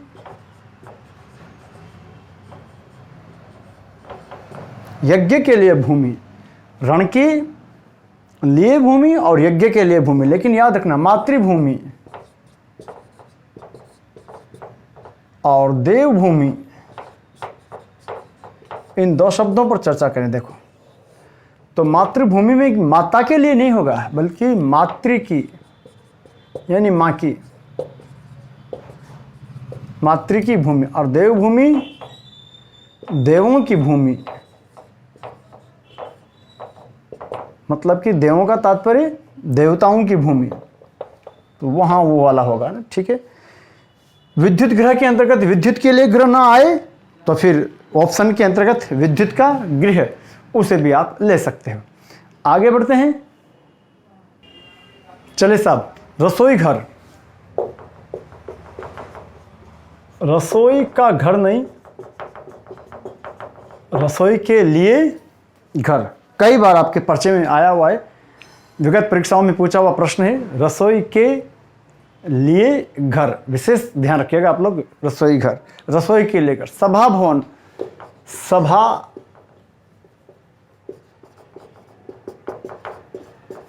सभा के लिए भवन।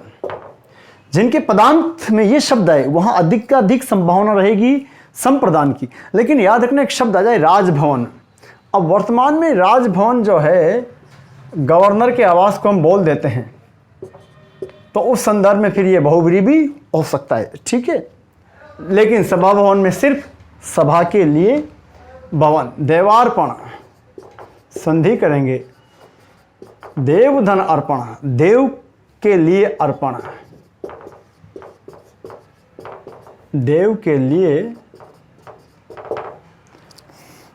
देवार्पण, देव के लिए अर्पण। देव को अर्पण नहीं, देव के लिए अर्पण। याद रखना, यहाँ पर आपको कंफ्यूज हो सकता है, तो थोड़ा विशेष ध्यान रखिए इस बात का। कृष्णार्पण, कृष्ण धन अर्पण। तो क्या कहोगे जी? कृष्ण के लिए, कृष्ण के लिए अर्पण। काकबलि, अब बताओ, 4-5 शब्द हैं इस प्रकार के ये। अब एक चीज बताओ, पूरे भारतवर्ष में कहीं कौवे की बलि दी जाती है क्या? मेरा पहला प्रश्न। कौवे की बलि नहीं दी जाती, बल्कि कौवे के लिए हम कुछ निकाल देते हैं। किसी तीज त्योहार पर, किसी पर्व विशेष या दिन विशेष पर हम कौवे के लिए निकालते, तो वहां पर हम कहेंगे काक के लिए बलि। अरे काक की बलि तो कहीं दी नहीं जाती, ऐसा तो कोई हमारे पास उल्लेख ही नहीं है। तो काक यानी कौवा, काक के लिए बलि, भूत बलि। अब कभी देखा, आप सुना आपने कहीं कि भूत आया, उसकी गर्दन काट दी, बलि दे दी? भूत की बलि कैसे देंगे? बल्कि भूत के निमित्त कुछ दे दिया जाए। तो भूत के लिए, ध्यान दीजिएगा साहब, भूत के लिए बलि। फिर देखो, बलि पशु,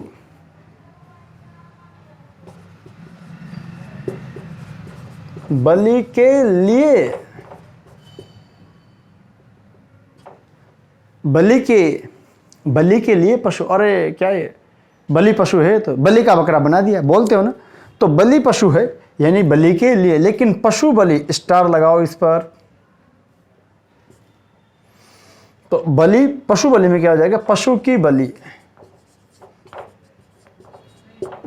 और जो ही ये आया तो हमारा समास ही बदल गया। जो हम बात कर रहे हैं वो समास अब रह ही नहीं गया, इसमें संबंध तत्पुरुष हो जाएगा।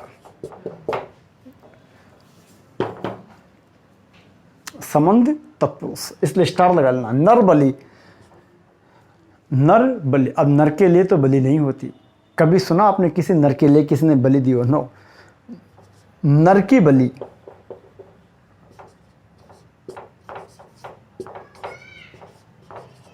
नर बलि दी जाती थी, यानी कि नर की बलि। इस पर विस्तार लगा लेना। देव बलि, अब देवता की तो बलि नहीं दी जाती ना, देवता की तो बलि नहीं दी जाती। तो देवता के लिए बलि, देव बलि, देव के लिए बलि।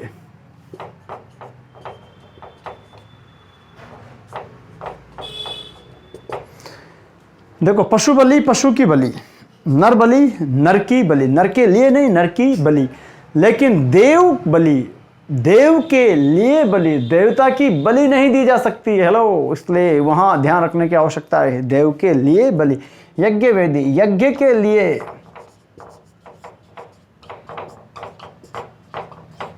यज्ञ के लिए वेदी, यज्ञ के लिए वेदी। हटाऊं, आगे बढ़े, चलिए देखते हैं। यात्रा भत्ता, यात्रा के लिए भत्ता, जीवन भत्ता, जीवन निर्वाह के लिए। ये निर्वाह आपको जोड़ना होगा तो ज़्यादा अच्छा अर्थ देगा वो। जीवन निर्वाह के लिए भत्ता, मतलब कि जीवन भत्ता भी कर सकते हैं, लेकिन जीवन निर्वाह के लिए। आवेदन के लिए पत्र, आवेदन के लिए पत्र। समाचार पत्र, समाचार या समाचारों के, ऐसा पत्र जो समाचार देते हैं। शपथ के लिए पत्र,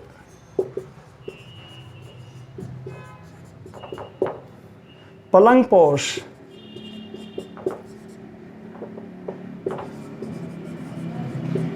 पलंग के लिए पोश। लेकिन याद रखना, नकाब पोश में सफ़ेद पोश, सफ़ेद पोश में बहुब्री हो जाएगा, क्योंकि सफ़ेद पोश बोलते हैं नेताओं को। पोश का मतलब पोशाक, जिनकी पोशाक सफ़ेद हो। अब सफ़ेद पोशाक वाले जनरली नेता लोगों को बोला जाता है, तो वहाँ पर ये नहीं होगा। इसी प्रकार नकाब पोश, अब नकाब पोश विशेषण हो रहा है तो फिर कर्मधारय के अंतर्गत चला जाएगा। नकाब में है जिसका पोष, या नकाब पोष व्यक्ति आया था जिसने पूरा बांध रखा हो, अपने चेहरे को ढक रखा हो, तो वो केवल पलंग पोष के लिए मानना है ना। युवाणी, कुछ लोग यहाँ युवाओं की वाणी बोलते, जो कि गलत है, बल्कि यहाँ हमें कहना चाहिए युवाओं के लिए वाणी, युवाओं के लिए, युवाओं युवाओं के लिए वाणी, किसके लिए? युवाओं के लिए। वह युवाओं की वाणी नहीं है बल्कि उनके लिए है, तो युवाओं के लिए वाणी।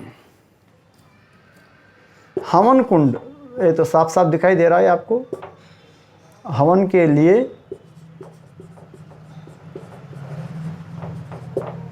हवन सामग्री, हवन की सामग्री नहीं, हवन के लिए सामग्री। हथकड़ी,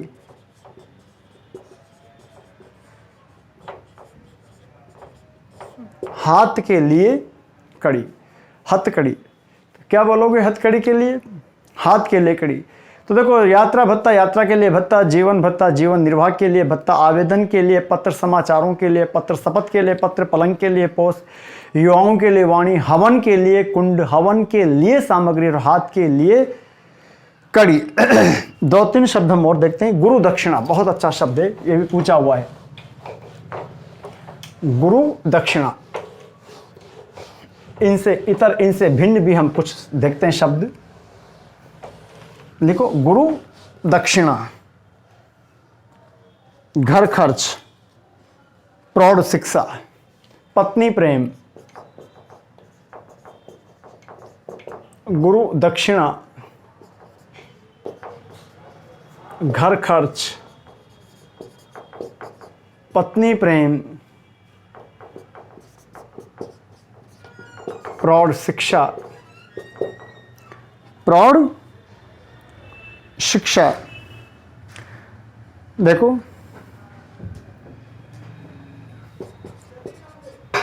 गृहस्थाश्रम बनाओ। इन तीनों में क्या, इन 4-5 शब्दों में क्या क्या बनेगा? देखो, गुरु दक्षिणा, गुरु के लिए, गुरु में दोनों में छोटे हो की मात्रा,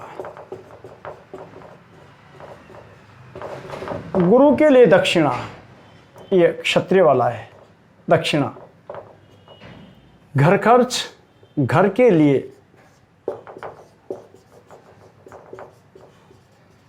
खर्च। पत्नी प्रेम, पत्नी से प्रेम नहीं, पत्नी के लिए प्रेम। प्रौढ़ शिक्षा, प्रौढ़ों के लिए।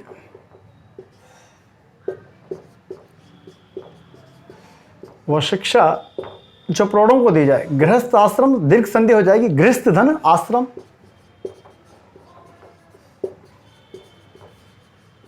गृहस्थ के लिए आश्रम, गुरु के लिए दक्षिणा, घर के लिए खर्च, पत्नी के लिए प्रेम। पत्नी के लिए प्रेम बिना किया, तो पत्नी के लिए प्रेम, प्रौढ़ों के लिए शिक्षा, गृहस्थ के लिए आश्रम। तो क्या देखा आपने, करण के अंतर्गत आप इतने शब्द याद रख लीजिएगा। ये कुछ एक्स्ट्रा और मैंने बता दिए, लगभग 30-40 शब्द में प्रत्येक पर बता रहा हूँ। तो ये था आपका कर्ण। अब हम ये था आपका संप्रदान। ये कर्ण के लिए नहीं, संप्रदान के लिए, कर्ण के लिए हम पहले बात कर चुके हैं। ये किसके लिए है? संप्रदान में, यानी कि के लिए वाले में।